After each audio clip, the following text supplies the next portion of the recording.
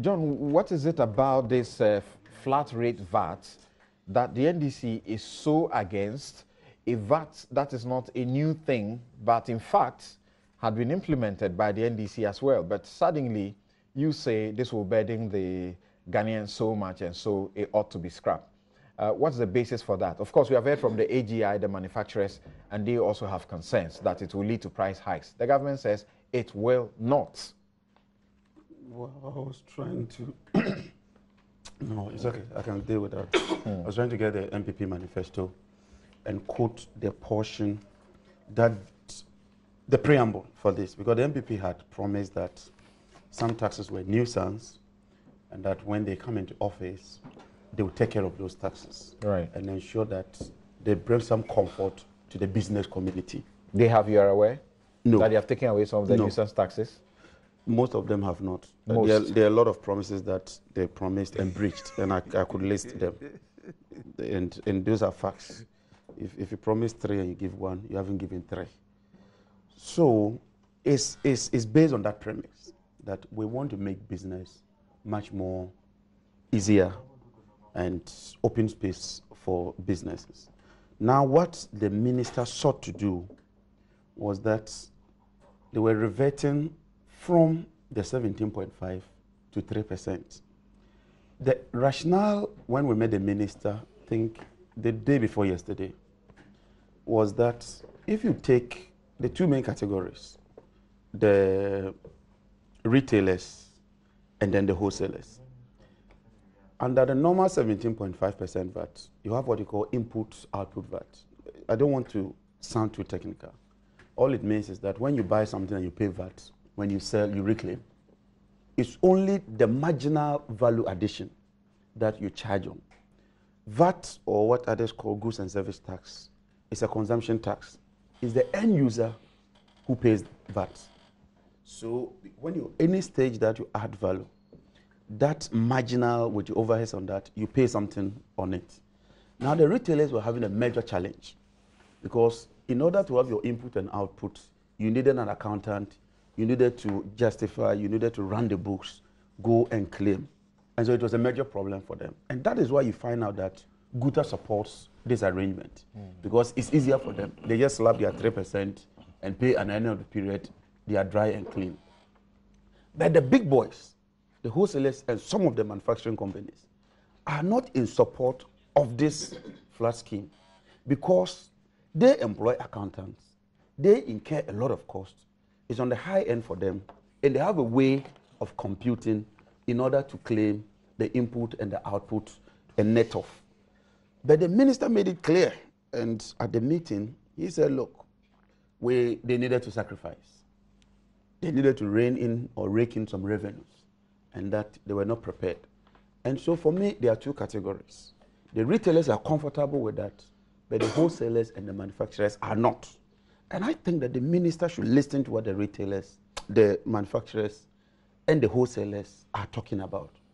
Because just quickly, and I hope I'm able to deal with this, if you were to buy a product from, say, Emmanuel Akwete Company Limited for 100 Ghana cedi, you pay VAT 17.5 on it. Now, if you were to resell, your actual cost before you add on your overheads and everything should be 100. Because the 17 is just a pass-through. When you sell, you reclaim under the old system.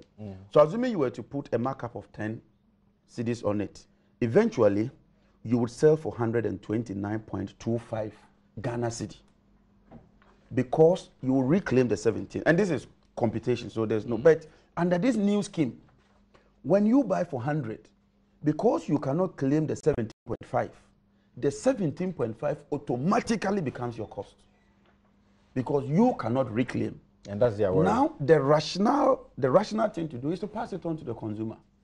Then you add the 3% flat rate.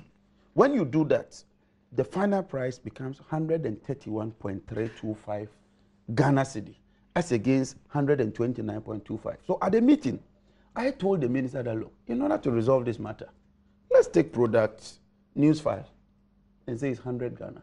Use the old system and assume that there are only 2 wholesalers. How much is the final consumer?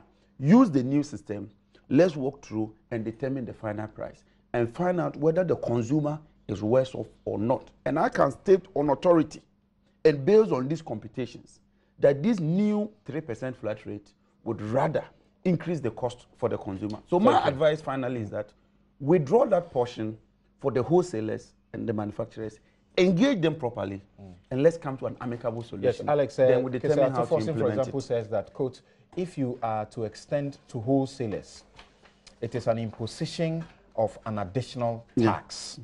What they are doing is a 419 way of imposing taxes on the ordinary Ghanaian. They tricked Ghanaians into introducing additional tax. Is that what you've done? It is not correct. What the minority failed to do was to listen to the minister on all the explanations given, and I would explain to you the rationale behind this. You see, a lot of people charge VAT, and I'm into logistics business, and I know a lot of challenges that we face. You go and pay VAT on imported spare parts and trucks and all that. You offer transport service or logistics services.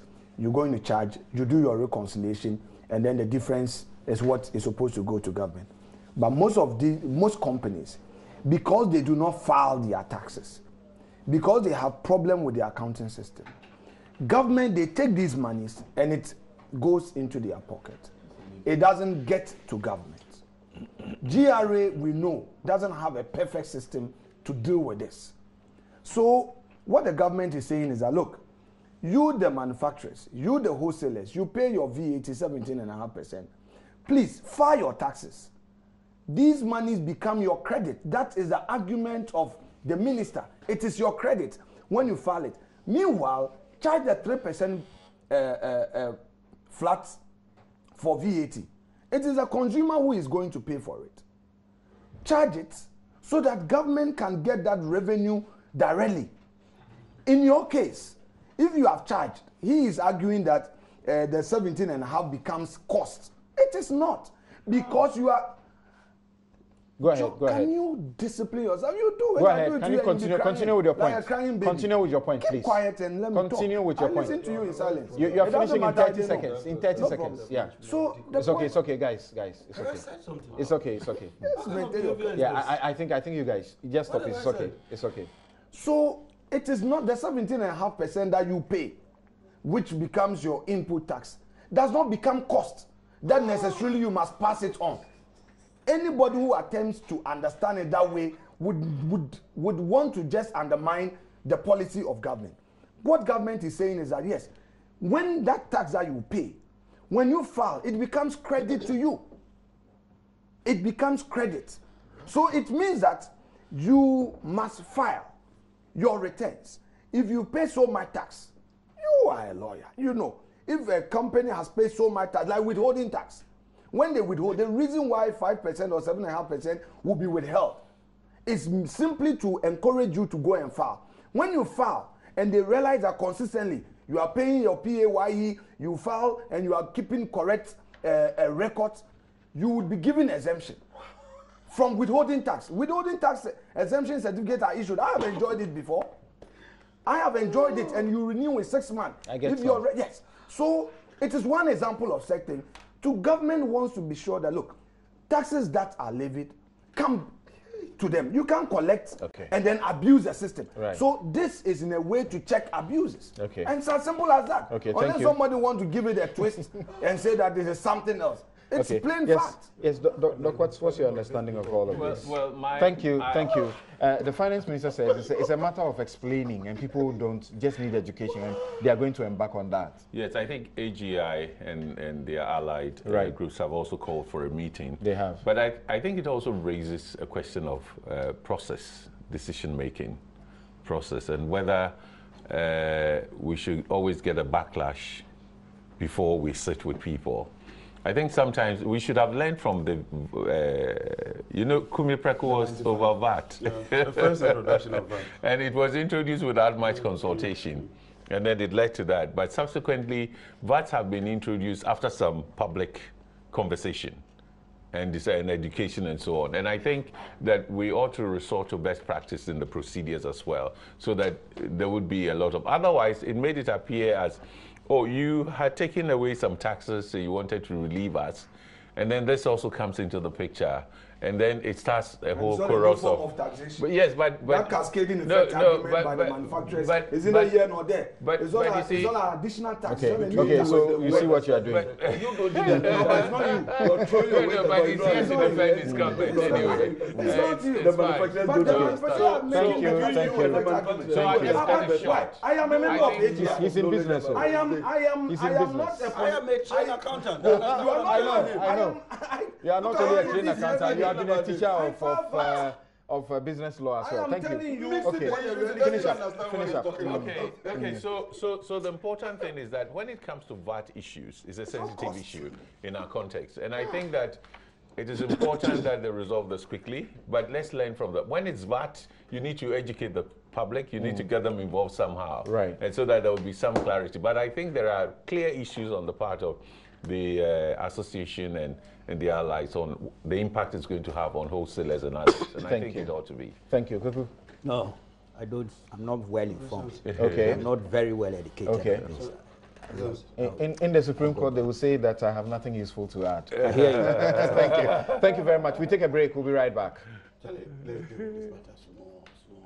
You're welcome back. And let me quickly share some of the messages that have been coming in with you. And Abeku Jankwansa says that he says that, okay, you've increased what you were saying. He says Alex has done well, but the mistake he's making is that he's equating tax credits to tax deductions. Tax credits give you full credit, but tax deduction only give you a credit of your tax rate, generally 25% times the VAT cost. I hope this helps. Thank you for your message. And who's this in New York who is sending this? Says it's very disappointing that the president has not taken a position on this bust matter. This obvious truth has taken the NPP government that we believed would fight corruption forever to defend. As for the BNI, the least said about them, the better. Spike in Ohio. Abu Jinapo and his NDC should give us a break. They only want Alfred or being fired for no reason. The BNI report seals all investigations.